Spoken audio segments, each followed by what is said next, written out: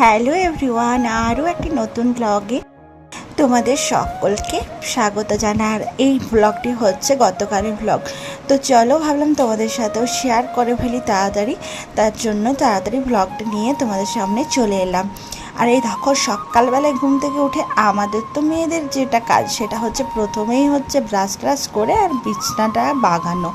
তো এই বিছনাটা এই যে বাগালাম, এখনই কিছুক্ষণের মধ্যেই দেখবে খুব অবস্থা খারাপ হয়ে যাবে আমার ছেলে এসে। আর সকালেই ঘুম থেকে উঠে ওকে রেডি করে প্রথমে স্কুল পাঠিয়েছিলাম। স্কুল পাঠিয়ে তারপর আমি কিন্তু আমার বাড়ির সমস্ত কাজে লেগে পড়েছি।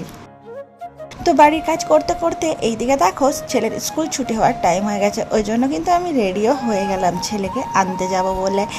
আর আজকে আমি আর ওর পাপা আর মানে ওকে আমরা দুজনে আনতে যাব। আর কি বলে তো, বেটু যখন আমার পেটে ছিল তখন কিন্তু আমার একটুও মানে চুল পড়তো না। আর বেটু হওয়ার পর থেকে আমার চুলগুলো এত পড়তে শুরু করেছে যে এখন চুলগুলো কিন্তু অর্ধেক হয়ে গেছে। তো চুলগুলো তোমাদেরও কাদের কাদের চুল পড়ছে এরকম আমাকে কিন্তু একটু জানিও তো। আর তার জন্য কী যে করব বুঝতেও পারছি না।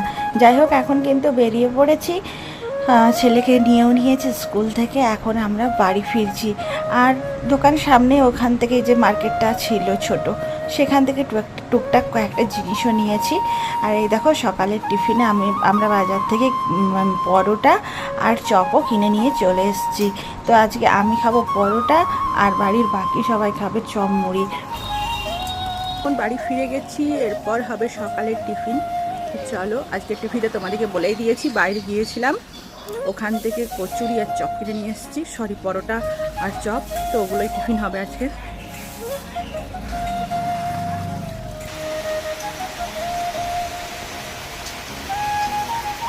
চলো, আজকের ভ্লগটা এখানেই শেষ করছি। আর ভালো লাগলে অবশ্যই তোমরা সকলের সঙ্গে থেকো।